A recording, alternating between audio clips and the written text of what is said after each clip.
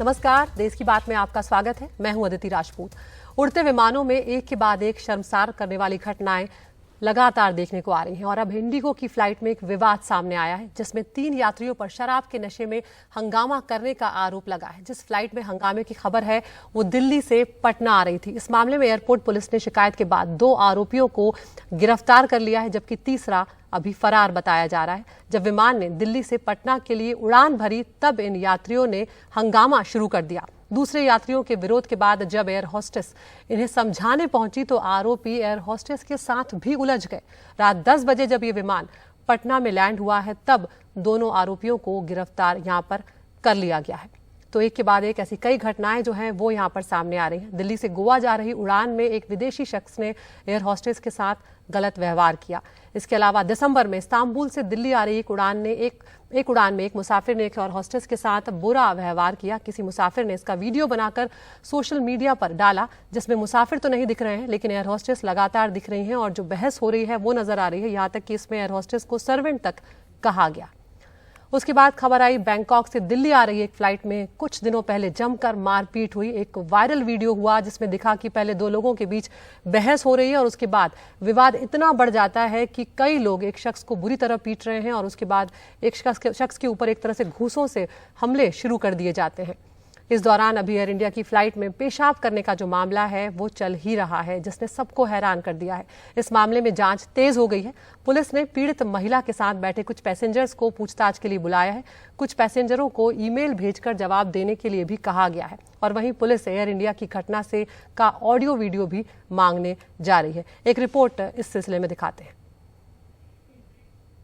Air India मामले की पड़ताल में अब दिल्ली पुलिस ब्लैक बॉक्स की रिकॉर्डिंग का सहारा लेगी।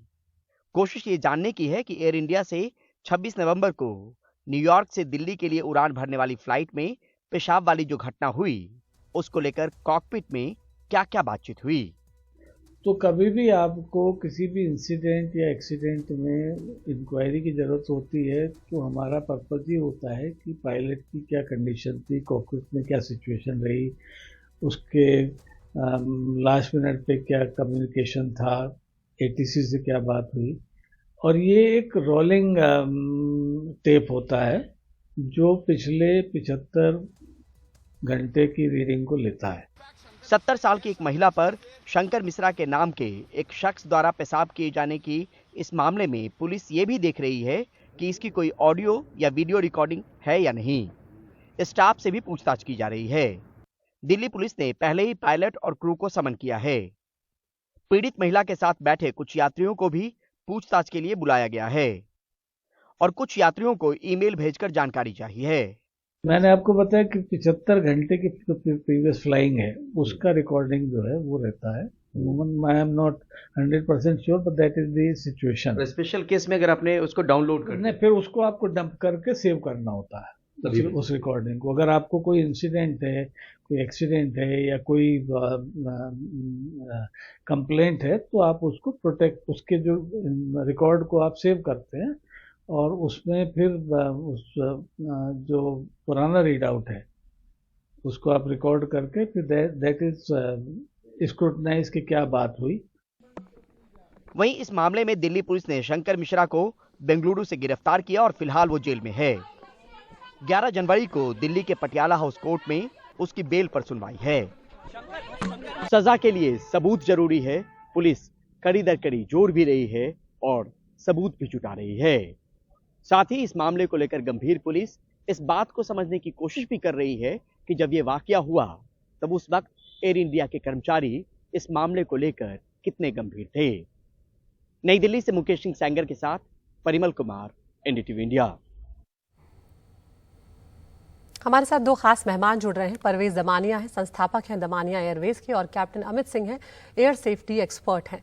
परवेज दमानिया साहब, सबसे पहले मैं आपके पास यहाँ पर आना चाहूंगी। यहाँ पर ये जो मामला हुआ है जिसमें यूरिनेट करने वाला जो मामला है, जिसमें आरोपी जो है उन्हें गिरफ्तार भी कर लिया है, वहाँ पर अब एयर इंडिया से घटना का ऑडियो वीडियो भी मांगा गया है। तो सबसे पहले ये जानकारी इसमें आपसे समझना चाहेंगे कि अगर इस तरह की कोई घटना अगर फ्लाइट में होती है तो क्या ऑडियो वीडियो रिकॉर्ड करने की कोई व्यवस्था इसमें होती है?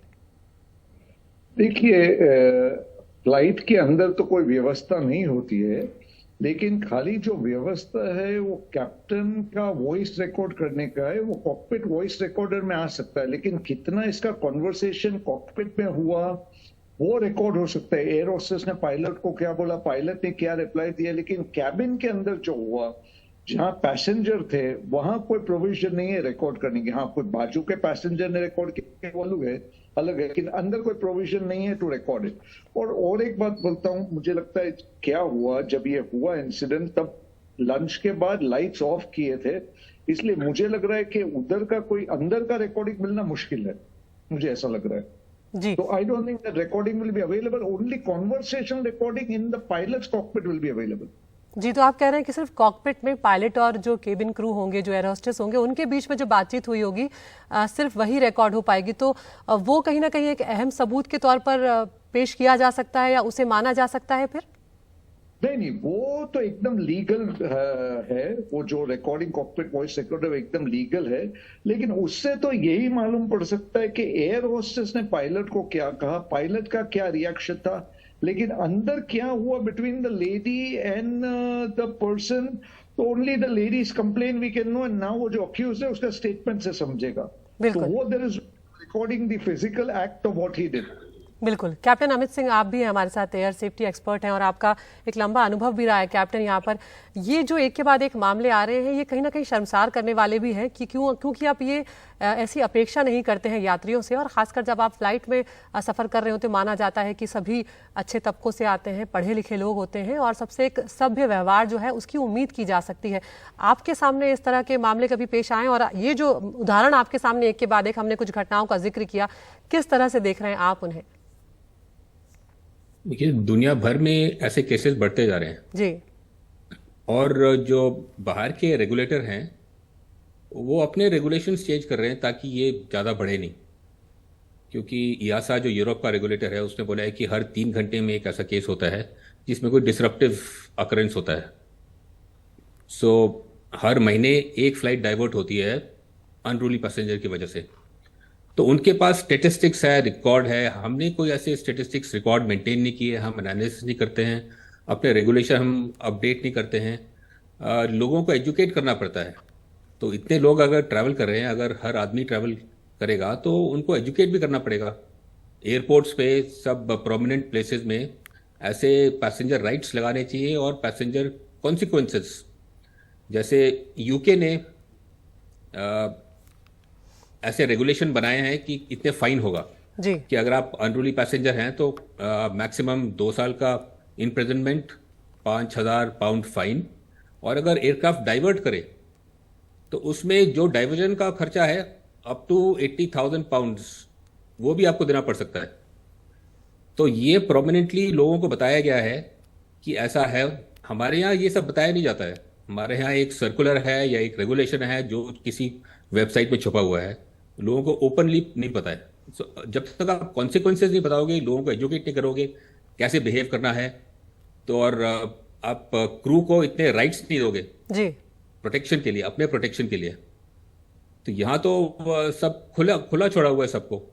बिल्कुल। और मैं किसी पे देख रही लगाम हूँ नहीं कि है। जी, मैं देख रही हूँ यहाँ पर कि 2017 में नो फ्लाई लिस्ट के तहत जो कार्रवाई की शुरुआत हुई है हमारे देश में, और DGCA को उसके लिए रेगुलेटर बनाया गया है। और ये भी है कि DGCA सरकार की रेगुलेटरी बॉडी, उसके पास कुछ अधिकार हैं जिसके तहत वो ये देख सकती है कि कौन कौन सी किस तरह की परिस्थितियां हैं जिसमें लोगों को, जो यात्री हैं, उन्हें फ्लाइट से उतारा जा सकता है, जिसमें शराब पीना है, गाली गलौज करना है, किसी यात्री की सुरक्षा को खतरे में डालना है। तो ये जो मामले हुए हैं इसमें सिर्फ नो फ्लाई जोन घोषित करने जैसी स्थितियां लगती नहीं है, लेकिन किस तरह की सजाओं के प्रावधान है कैप्टन, अगर आप ये भी इस पे कुछ बारे में अगर कुछ रोशनी डाल सकें अगर आप। देखिए, मुझे हमारे यहाँ लगता है ये कि सजाओं के बारे में नहीं बताया मुझे गया लगता है है कि कि क्या सजा मिलेगी। हमारे यहाँ सिर्फ बोला गया है कि एक्शन लिया जा सकता है, पीनल एक्शन, जुडिशियल एक्शन लिया जा सकता है जी। वो लोगों को पता है कि कोर्ट में कितना टाइम लगता है और कोर्ट में कैसे लोग बच सकते हैं, क्योंकि हमारे कानून इतने सख्त नहीं हैं और कानून में बहुत सारे लूप होल्स हैं। हम सिग्नेटरी हैं टू टोक्यो कन्वेंशन 1963, जो UN रेगुलेटर ने खुद बोला है कि इसमें खामियां हैं जी। हम उसी के हिसाब से चल रहे हैं, और उन्होंने अपडेट कर दिया है मॉन्ट्रियल कन्वेंशन 2014 जो वो खामियां खत्म कर देता है, लेकिन हमने साइन नहीं किया है वो अभी तक। बिल्कुल। ये तो पूरे नए तौर से देखना पड़ेगा सब लोगों को, बिकॉज अभी सेक्सुअल हैरेसमेंट आ गया है, देन चाइल्ड मोलेस्टेशन यूएन ने इंक्लूड कर दिया है ऐसे सीरियस क्राइम्स।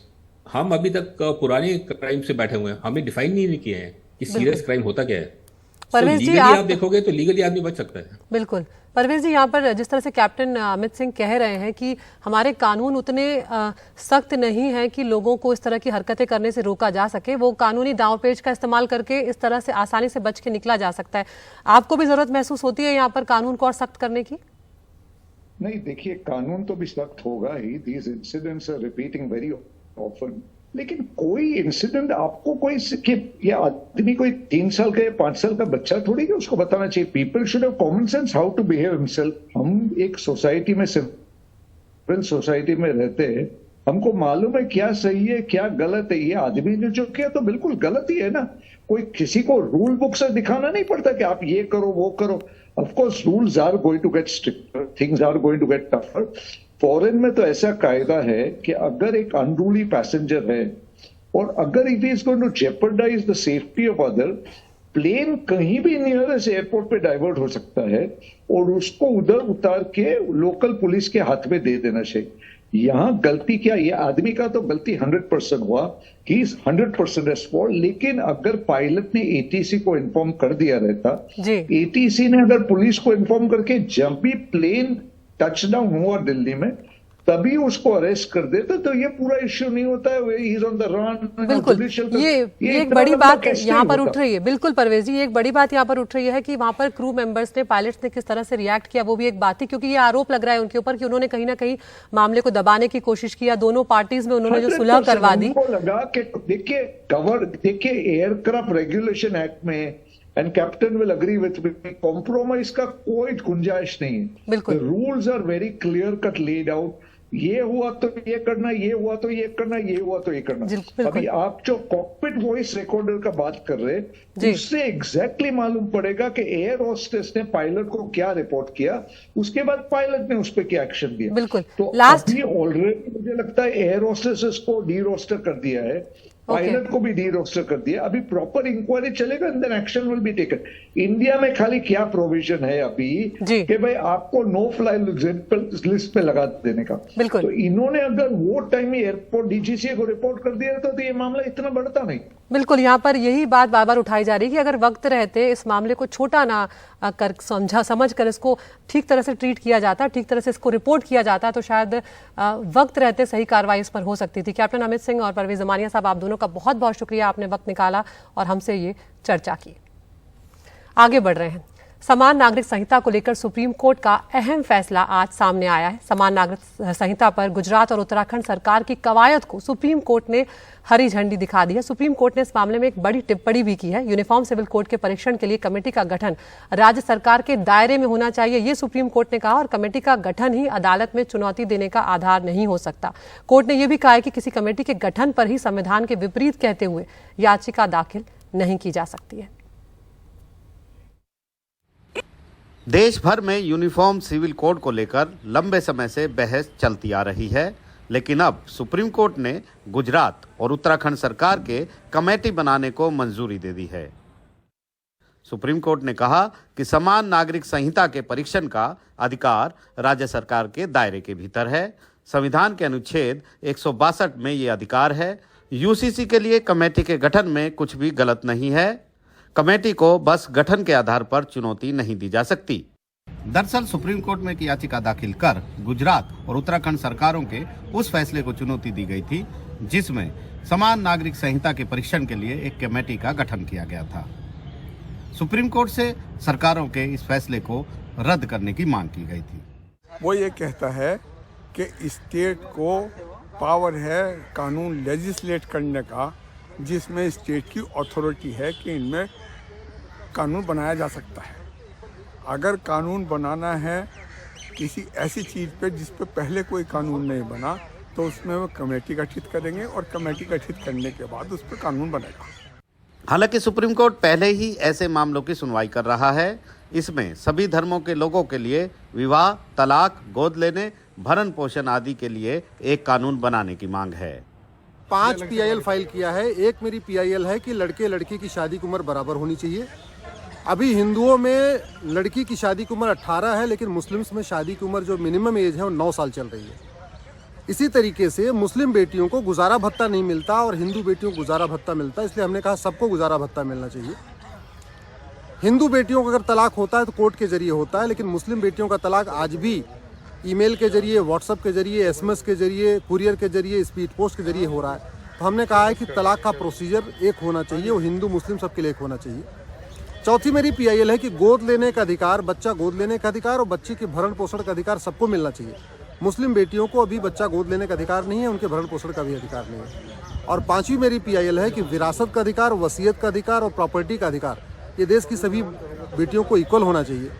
तो पांचों पीआईएल सुप्रीम कोर्ट में पेंडिंग है। अगर इन पांचों को क्लब कर दीजिए तो ये यूनिफॉर्म सिविल कोड हो गया, और पांचों को अलग अलग करिए तो 5 इश्यू हो गए। और माननीय सुप्रीम कोर्ट में पहले ही नोटिस जारी किया हुआ है केंद्र सरकार के गृह मंत्रालय, कानून मंत्रालय को। इस पे फरवरी में फिर सुनवाई होगी। सुप्रीम कोर्ट से हरी झंडी मिलने के बाद अब दूसरे राज्यों में इसकी कवायद तेज होने की उम्मीद है। नई दिल्ली से आशीष भार्गव की रिपोर्ट, एनडीटीवी इंडिया। और देश की बात में फिलहाल रुक रहे हैं एक छोटे से ब्रेक के लिए। ब्रेक के बाद आपको दिखाएंगे क्या है कंझावला मामले के आरोपियों का एक बड़ा कबूलनामा।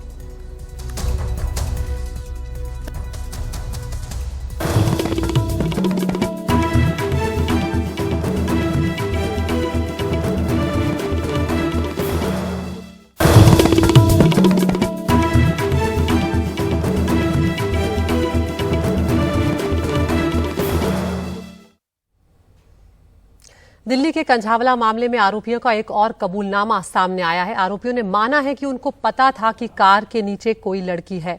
आरोपियों ने कबूल किया है कि उन्हें पता था कि अंजलि उनकी कार में फंसी है और डर की वजह से वो कार सड़क पर दौड़ाते रहे। इस दौरान आरोपियों ने कई बार कार यू टर्न भी किया ताकि किसी तरह से जो शव है, जो बॉडी है, वो कार से अलग हो जाए। उन्होंने माना कि उन्होंने हादसे के वक्त कार में तेज म्यूजिक की झूठी कहानी बताई थी। सभी 6 आरोपियों की रोहिणी कोर्ट में पेशी हुई है और कोर्ट ने आरोपियों को 14 दिनों की न्यायिक हिरासत में भेज दिया है। लॉकअप से वीडियो कॉन्फ्रेंसिंग के जरिए उनकी पेशी हुई है। हम सीधा रुख कर रहे हैं हमारे सहयोगी मुकेश सिंह सेंगर का, जो लगातार इस मामले पर नजर बनाए हुए हैं। मुकेश, इस मामले में शुरू से ही जिस बात का शक आप भी जता रहे थे, क्योंकि आप मौका वारदात पर भी कई बार जा चुके हैं, कि आरोपियों को ये पता था कि उनकी गाड़ी के नीचे कोई फंसा हुआ है, और अब ये बात खुद उन्होंने कबूल कर ली, ये सामने आ चुका है। तो ऐसे में अब तक जो हत्या की कोशिश की धाराएं लग रही थी, क्या अब उसमें साफ तौर पर ये धाराएं जो है वो बदल जाएंगी? देखिए, कोर्ट में जो आरोपी पेश किए गए हैं उसके पहले हमने सुबह रिपोर्ट किया था कि आरोपियों ने कबूल कर लिया है कि दुर्घटना के बाद उनको मालूम चल गया था कि जो अंजलि है वो गाड़ी में फंसी हुई है। लेकिन ये जो कबूलनामा है ये कोर्ट में अब सबूत के तौर पर पेश कर दिया गया है, यानी कि पुलिस को इस कबूलनामे का सबसे अहम सबूत मिला है। पुलिस ने आरोपियों को कोर्ट में पेश करने के बाद ये कहा कि उनके पास एक ऐसा सीसीटीवी फुटेज है जिसमें आरोपी दुर्घटना के 2 मिनट बाद आगे जाकर गाड़ी रोकते हैं और फिर आरोपी गाड़ी से नीचे उतर के देखते हैं, और उस वक्त 2 आरोपी उतरते हैं और पुलिस के पास ये सीसीटीवी फुटेज हाथ लग गया है जिसमें दो आरोपी दुर्घटना के 2 मिनट बाद गाड़ी के नीचे उतरते हैं और गाड़ी के नीचे झांक कर देखते हैं, जिससे साफ हो गया कि आरोपियों को लगातार ये पता था कि उनकी गाड़ी के नीचे लड़की फंसी हुई है। उसके बाद भी वो चल रहे थे। आरोपियों ने पुलिस के कबूलनामे में ये कहा कि उनको ऐसा लगा कि अगर वो खुद से उस लड़की को गाड़ी से अलग हटाएंगे तो उन पर हत्या का केस दर्ज हो जाएगा। ऐसे में वो डर के मारे गाड़ी को भगाते रहे। कोर्ट में पुलिस ने यह भी कहा कि इस मामले में 20 गवाहों के बयान उन्होंने दर्ज किए हैं। जो पूरे रूट का जो पूरा रूट है 13 किलोमीटर का, उसके कई सारे सीसीटीवी फुटेज उसको मिले हैं, जिसमें पेट्रोल पंप का सीसीटीवी फुटेज है, कुछ और फुटेज हैं जिसमें आरोपी लड़की को ले जाते हुए दिख रहे हैं। इसके अलावा एक फुटेज जो मिला है सबसे अहम, जिसमें आरोपी उतरकर देखते हैं कि अंजलि फंसी है नहीं फंसी है। इसके साथ में पुलिस को 6 सीसीटीवी फुटेज और मिले हैं, और इस केस में पुलिस ने कहा कि जो आशुतोष है वो एक उस शख्स का हैंडलर है जो कि बिना लाइसेंस के गाड़ी ड्राइव कर रहा था। तो ये अहम बातें पुलिस ने आज कोर्ट में कही हैं। इसके बाद पुलिस ने कहा कि अभी फिलहाल उसको आरोपियों से पूछताछ नहीं करनी है, इसीलिए कोर्ट ने सभी आरोपियों को 14 दिन की जुडिशियल कस्टडी में भेज दिया है। वहीं पुलिस का यह भी कहना है कि वो आरोपियों का हियरिंग टेस्ट करवाएगी, जिससे ये मालूम चल पाए कि आरोपियों की सुनने की क्षमता क्या है, क्योंकि आरोपी शुरुआत में ये कह रहे थे कि उनको नहीं पता, उनको आवाज नहीं आ रही थी कि कोई टायर में फंसा हुआ है। तो यहाँ पर मुकेश ये जो बात आप कह रहे हैं, ये जो कबूलनामा है, ये एक बड़े जो सीसीटीवी फुटेज मिल रहे हैं उनमें फेस रिकॉग्निशन के जरिए आरोपियों के चेहरों की पहचान की जा रही है। पुलिस ने कोर्ट में बिल्कुल मुकेश, जिस तरह से आप कह रहे हैं ये बहुत बड़ा है, ये जो कबूलनामे की बात सामने आई है ये बहुत बड़ी बात है, क्योंकि यहाँ पर ये महत्वपूर्ण हो जाएगा कि क्या इसके बाद हत्या की कोशिश जैसी जो धाराएं थी उन्हें अब हत्या की धाराओं में सीधे तौर पर बदल दिया जाएगा या नहीं, क्योंकि ये एक ऐसा मामला है जिसने पूरे देश को हिलाकर रख दिया और देश की राजधानी में इतनी बड़ी घटना हुई जिसने एक बार फिर से कई सवाल सुरक्षा को लेकर खड़े कर दिए थे। इंतजार रहेगा, इस खबर पर आपको अपडेट करते रहेंगे, लेकिन फिलहाल एक ब्रेक के लिए यहाँ पर रुक रहे हैं। ब्रेक के बाद आपको बताएंगे इंदौर में लगा प्रवासियों का मेला।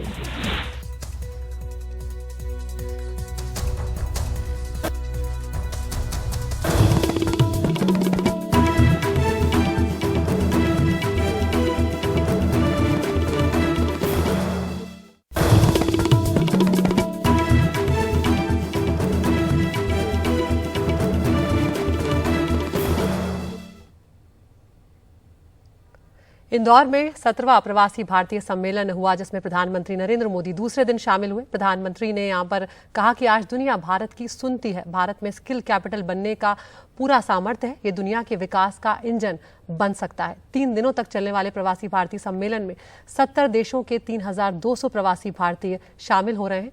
इस जलसे में आए कई प्रवासियों से बातचीत की है हमारे सहयोगी अनुराग द्वारी ने, वो आपको सुनवाते हैं।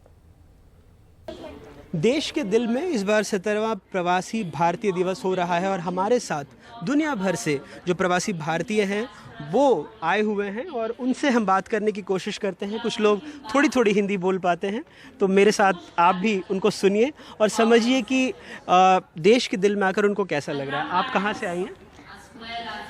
My Hindi is very bad. कोई बात नहीं, जितना आप बोल सके। मैं सूरीनाम से आई। सूरीनाम में तो बहुत सारे लोग हिंदी बोलते भी हैं।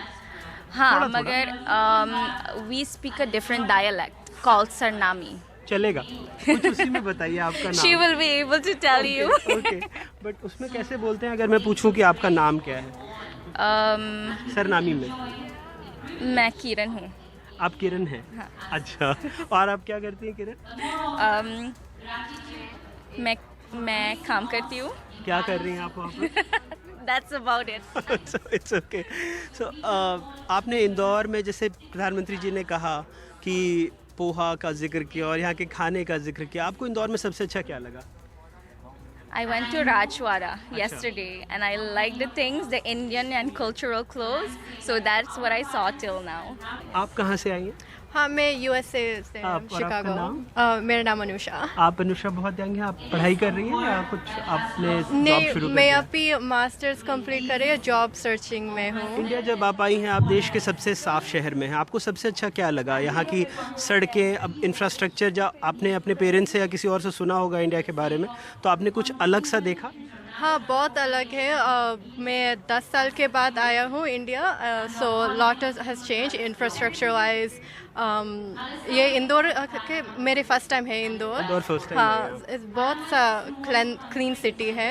एयरपोर्ट के we landed in the airport and वहाँ साइन पे लिखा है cleanest city in India and I really feel like it is the cleanest city in India.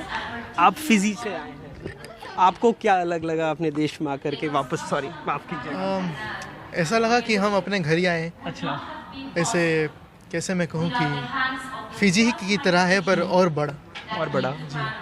तो आपने वो वार्म फील किया इस बार? कह रहे हैं पधारो हमारे घर यहाँ के। जी, स्पेशली इंदौर में आकर मैंने एक ऑटो में बैठा और वो ऑटो वाला इतना ही प्यारा था, वो इतनी अच्छी तरह से बात करा। वो हमको देखो हमसे बात करने लगा, मुझसे पूछा कि हम कहाँ के हैं ना, तो हमने कहा फिजी से, हम यहाँ इसी प्रोग्राम के दौरान आए। और आप लोग कितने साल पहले आपके ग्रेट ग्रैंडफादर या कब लग गए थे और कहाँ से गए थे इंडिया में? वो तो मुझे बहुत अच्छी तरह से नहीं मालूम है, पर मेरे ग्रेट ग्रैंडफादर, मुझे वो उड़ती खबर मिली कि हमने बिहार, लखनऊ इस तरह से यहाँ से गए थे आप? जी हाँ। तो फिजी में थोड़ी बहुत हिंदी बोलते हैं आप? हम बोलते हैं हिंदी, हमारे स्कूल में भी हिंदी पढ़ा जाता है। अच्छा। पर हम घर पर फिजी हिंदी बोलते हैं। अच्छा, तो कैसे बोलेंगे इसमें? आपका नाम क्या सुनना चाहेंगे फिजी हिंदी? आपका नाम क्या है? हमारा नाम संजीव है, हम फिजी के हैं। फिजी हिंदी सुनने में ये रकम लगी। अभी हम लोग यहाँ इंडिया आए हैं 21 डेज से, यही रकम है फिजी हिंदी, थोड़ा भोजपुरी की तरह सुनने में हाँ हाँ। आप कहाँ से हैं मैम? मैं शिकागो से आई हूँ। अच्छा, आपका पूरा नाम? श्रेया श्रेया दंकी। तो श्रेया, आप लोग कब गए थे इंडिया से? मेरे मम्मी पापा 98 से आए। 90s में। तो अभी आप क्या कर रही है श्रेया? मैं कंसल्टेंट हूँ। कंसल्टेंट है। Yeah. तो आपके ये काफ़ी यंगस्टर्स से भी हमने पूछा, आपके नज़रिए से इंडिया में क्या बदल गया है? क्यों ऐसा लग रहा है कि अब लोग, जैसे एक मकसद ये भी है कि लोग इन्वेस्ट करें आकर, काफ़ी सारे सेक्टर्स में, बहुत अलग अलग सेक्टर्स हैं, तो क्या आपको लगता है कि बदला है जिसकी वजह से फॉरेन इन्वेस्टमेंट इंडिया आ सकता है? Yeah, in English also. Yeah. Why do you feel that investors will come to India now? Because India has a spirit of curiosity, technology, and हमारा साइंस वाला लोग बहुत अच्छा है. They are very smart, they're very driven, they want to do good for the people. Okay. And so the investors will see the passion of India, and हमारा दिल भी हिंदुस्तानी है. So even though we are there, we still want to come to India. We want to give back to our community. Feel for India. Yes, we feel for India. That's really sweet. आप कहाँ से आई हैं? थोड़ा बहुत हिंदी बोल पाएंगे आप? मेरा नाम सीरी and I don't understand Hindi. Okay, कोई बात नहीं. So I'll try and translate it for you in English, because as I asked her, do you think that something has changed in India? That's why investors will prefer India as a investment destination. Yes, I definitely think they've come a long way, as my colleague Shreya has said, with regards to technology, as well as the resources that India has, like the products in each region. For example, sandalwood and Kashmir, as well as Banaras. You can't get the same quality in other parts of the world. It's just specific to India, and I think it has so much to offer with that regard. और जैसे पहले विदेशों में ये था कि the roads are not good because and the security, it is a concern in India. So do you feel otherwise this time?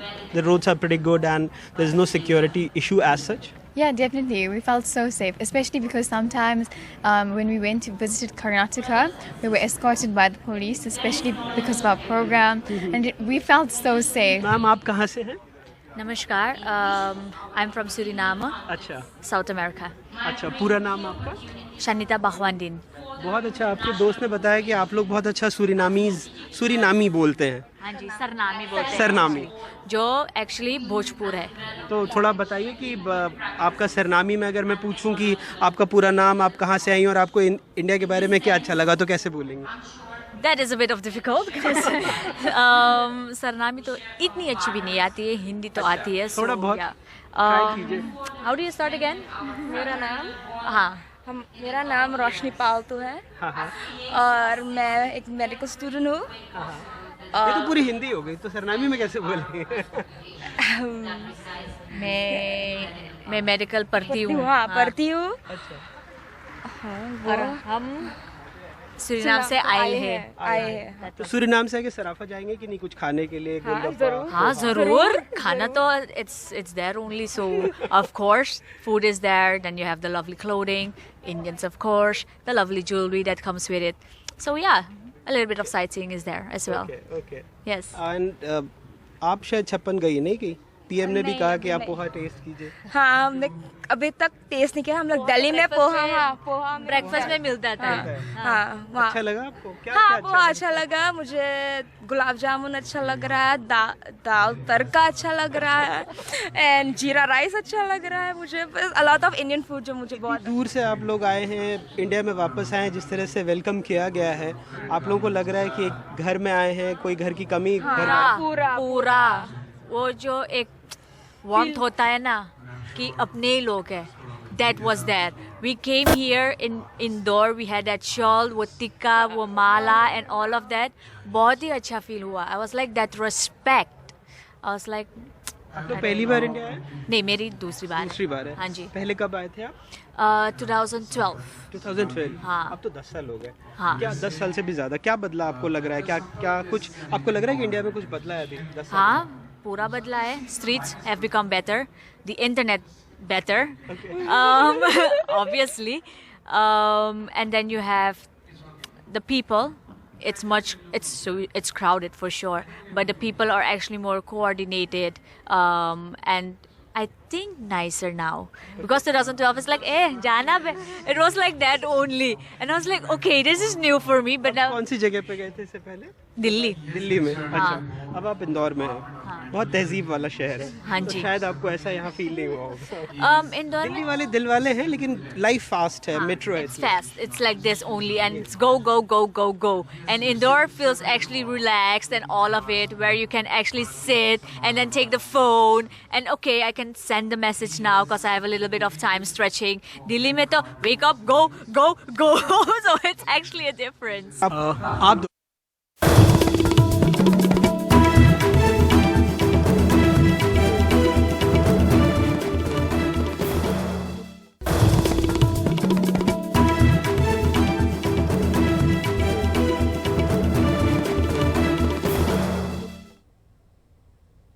और इस वक्त एक और बड़ी खबर आ रही है। एक और विमान में यात्री की बदसलूकी का मामला सामने आया है। 6 दिसंबर की पेरिस और दिल्ली की जो फ्लाइट थी उसकी ये घटना है, जब शौचालय में एक शख्स धूम्रपान करते हुए पकड़ा गया और एक शख्स ने खाली सीट पर किया पेशाब। इन मामलों में डीजीसीए ने एयर इंडिया को शो कॉज नोटिस जारी किया है।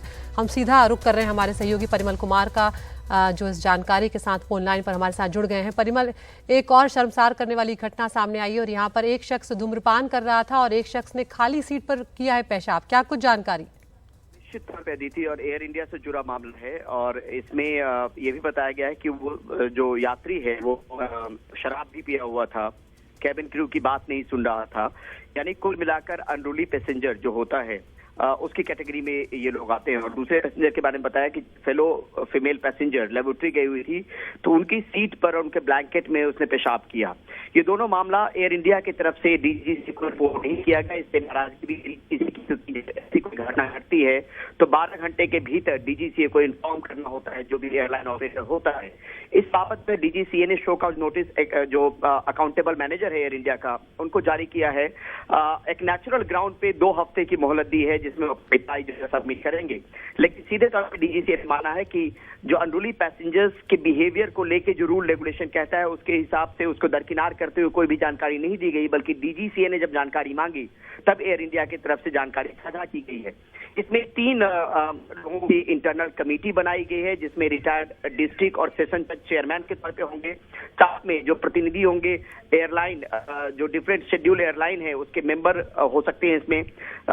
जो पैसेंजर एसोसिएशन है या retired officer of consumer dispute redressal forum उनके सदस्य हो सकते हैं। 3 लोगों के सदस्य को फैसला लेना है 30 दिनों के भीतर कि इसमें क्या कुछ होना चाहिए। लेकिन रूल और रेगुलेशन कायदे के मुताबिक जो नियम कायदा कानून कहता है उसके मुताबिक अभी फिलहाल एयर इंडिया ये डिसीजन ले सकती है कि इन दोनों पैसेंजर पे उनको नो फ्लाई लिस्ट जोन में डाला जाए और ये एयरलाइन का फैसला होगा। लेकिन जो कमेटी फैसला लेती है, जो इंटरनल कमेटी कंस्टिट्यूट की गई है, उसके हिसाब से उसको 30 दिन में फैसला लेना है और 0 से लाइफ टाइम तक का बैन हो सकता है। लेकिन सबसे बड़ी चिंता की बात, जब इस तरह की घटना सामने में निकल कर आई उड़ान में या विमान में, तो घटना पुरानी है लेकिन उसके बाद क्योंकि इन्फॉर्म नहीं किया गया, डीजीसीए की जानकारी में जब आई घटना तब जाके इसका संज्ञान लिया गया है। 6 दिसंबर की घटना है अदिति, और सोचिए इसका कम्युनिकेशन 5 जनवरी को होता है, 1 महीने बाद इसका कम्युनिकेशन होता है, तब एयर इंडिया की तरफ से जवाब आता है। तो ये स्थिति है, इस पे नाराजगी भी है, कमेटी भी गठित की गई है, नो फ्लाई लिस्ट को लेकर भी बात की गई है और साथ में इंटरनल कमेटी अपनी रिपोर्ट सबमिट करेगी, उसके बाद लाइफ टाइम तक का बैन हो सकता है। बहुत बहुत शुक्रिया परिमल इस तमाम जानकारी के लिए। तो एक और विमान में यात्रियों की बदसलूकी का मामला यहाँ पर सामने आया है। 6 दिसंबर की फ्लाइट है, ये पेरिस टू दिल्ली ये फ्लाइट थी, जिसमें शौचालय में एक शख्स धूम्रपान करता नजर आया। एक शख्स ने एक सीट पर, खाली सीट पर पेशाब कर दिया और इन दोनों ही मामलों की जानकारी जो है वो एयर इंडिया ने डीजीसीए को नहीं दी, जिसको लेकर शो कॉज नोटिस जो है उनको वो जारी किया गया है।